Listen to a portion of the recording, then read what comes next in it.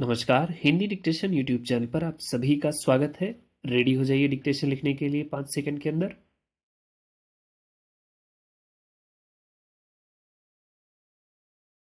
भूकंप, भूस्खलन या बाढ़ के बगैर भी किसी इलाके में आपदा के हालात कैसे पैदा होते हैं, यह इन दिनों देवभूमि उत्तराखंड के जोशी मठ में साक्षात देखा जा रहा है। बद्रीनाथ की शीतकालीन राजधानी जोशीमठ इस शीतकाल में आपदा के जिन हालात का सामना कर रही है, वे प्राकृतिक कम, मानवजनित ज्यादा हैं। इसी तरह की मानवजनित आपदा के कारण हमने करीब 17 साल पहले उत्तराखंड के पुराने टिहरी शहर को जल समाधि लेते देखा था। फर्क इतना है कि पुराना टिहरी पानी में डूब गया था। जोशीमठ जमीन में धंस रहा है। इस प्रक्रिया के दौरान वहां 600 से ज्यादा मकानों में दरारें आ चुकी हैं। कुछ मकानों से पानी रिसने लगा है। पैरा बद्रीनाथ, हेमकुंड साहिब और स्कीइंग स्थल औली के प्रवेश द्वार जोशी मठ शहर के करीब 40% हिस्से को आपदाग्रस्त क्षेत्र घोषित कर दिया गया है। चिंताजनक पहलू यह है कि जलवायु परिवर्तन के कारण समुद्र के बढ़ते जल स्तर को लेकर वैज्ञानिक समय समय पर जिस तरह की चेतावनी जारी करते रहे हैं, वैसा पहाड़ी क्षेत्रों को लेकर अपेक्षाकृत कम होता है। अमेरिकी अंतरिक्ष एजेंसी नासा से पिछले साल एक रिपोर्ट में बढ़ते समुद्री जल स्तर के कारण इस सदी के आखिर तक मुंबई, चेन्नई, कोच्चि और कांडला समेत भारत के 12 तटवर्ती शहरों के कुछ फीट धंसने की आशंका जताई थी। इसी तरह का खतरा पहाड़ी क्षेत्रों के शहरों को भी है। यह संकेत जोशीमठ के मौजूदा हालात से मिल रहे हैं।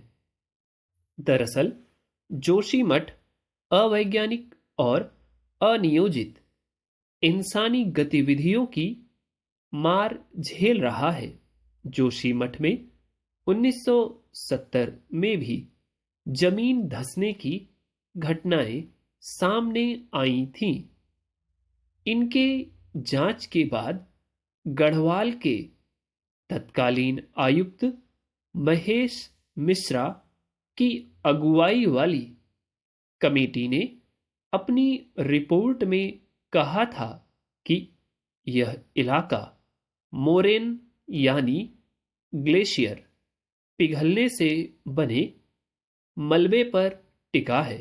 यहां बड़ी निर्माण परियोजनाओं से परहेज किया जाना चाहिए। इस सलाह को दरकिनार कर जोशीमठ में ऐसी परियोजनाओं के लिए रास्ते खोले गए। संकट से घिरने के बाद इनमें से एनटीपीसी की तपोवन विष्णुगढ़ परियोजना और हेलांग मारवाड़ी बाईपास के निर्माण को अस्थायी रूप से रोक दिया गया है। पैरा धार्मिक, पर्यटन व सांस्कृतिक शहर के अलावा चीन से सटी सीमा के करीब होने के कारण जोशीमठ का सामरिक महत्व भी है।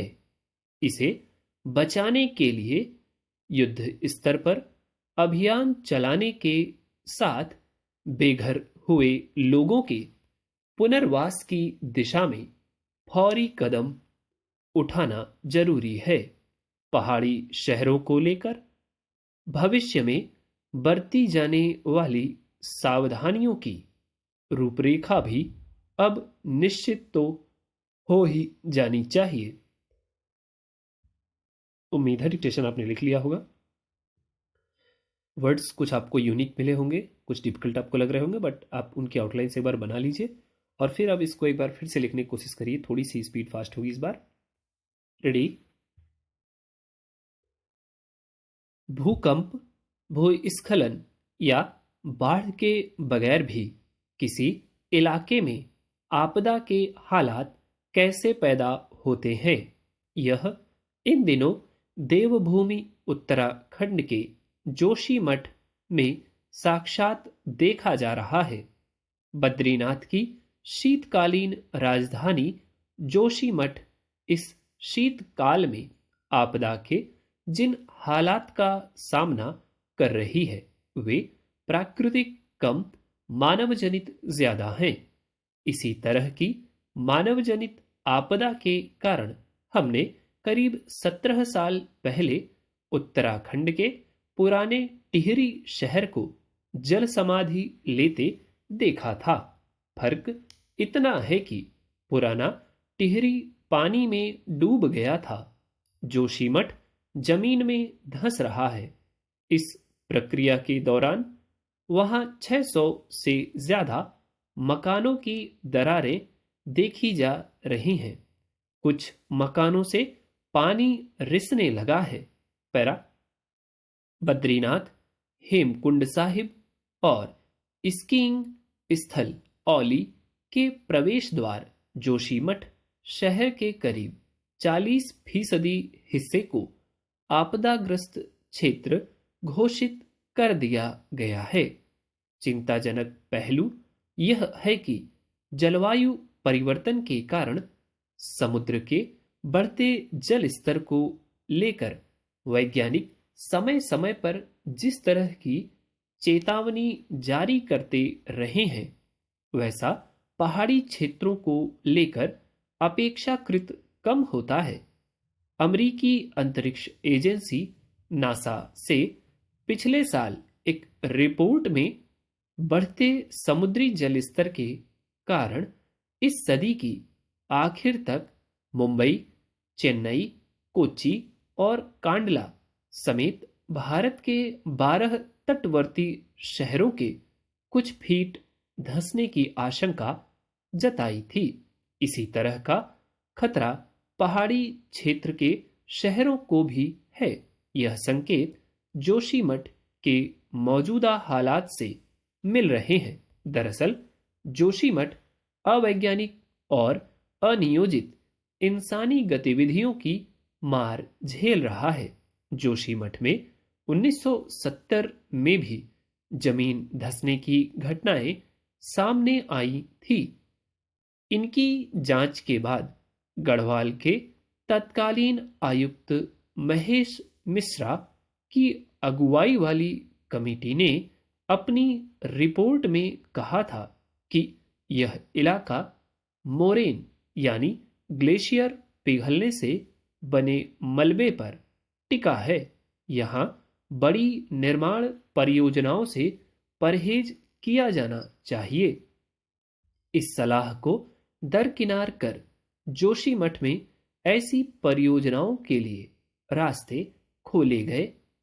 संकट के घिरने के बाद इनमें से एनटीपीसी की तपोवन विष्णुगढ़ परियोजना और हिलांग मारवाड़ी बाईपास के निर्माण को अस्थायी रूप से रोक दिया गया है।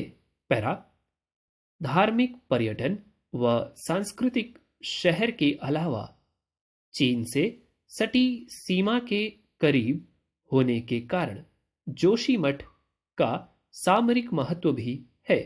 इसे बचाने के लिए युद्ध स्तर पर अभियान चलाने के साथ बेघर हुए लोगों के पुनर्वास की दिशा में फौरी कदम उठाना जरूरी है। पहाड़ी शहरों को लेकर भविष्य में बरती जाने वाली सावधानियों की रूपरेखा भी अब निश्चित हो जानी चाहिए। उम्मीद है डिक्टेशन आपने लिख लिया होगा। जो वर्ड छूट रहे हैं प्लीज़ आप उनको नोट डाउन करिए और अलग से उनकी प्रैक्टिस करिए। फिर आप डिक्टेशन को दोबारा लिखिए। ऐसे ही आपके छोटे छोटे प्रयासों से आपकी शॉर्ट हैंड और बेहतर होगी दिनों दिन। उम्मीद है आप वीडियो का आनंद ले रहे होंगे और अपने फ्रेंड्स के साथ वीडियो को शेयर कर रहे होंगे। वीडियो अच्छा लगे तो प्लीज़ लाइक करें, चैनल को सब्सक्राइब करें यदि आपने अभी तक नहीं किया। That's all, thank you.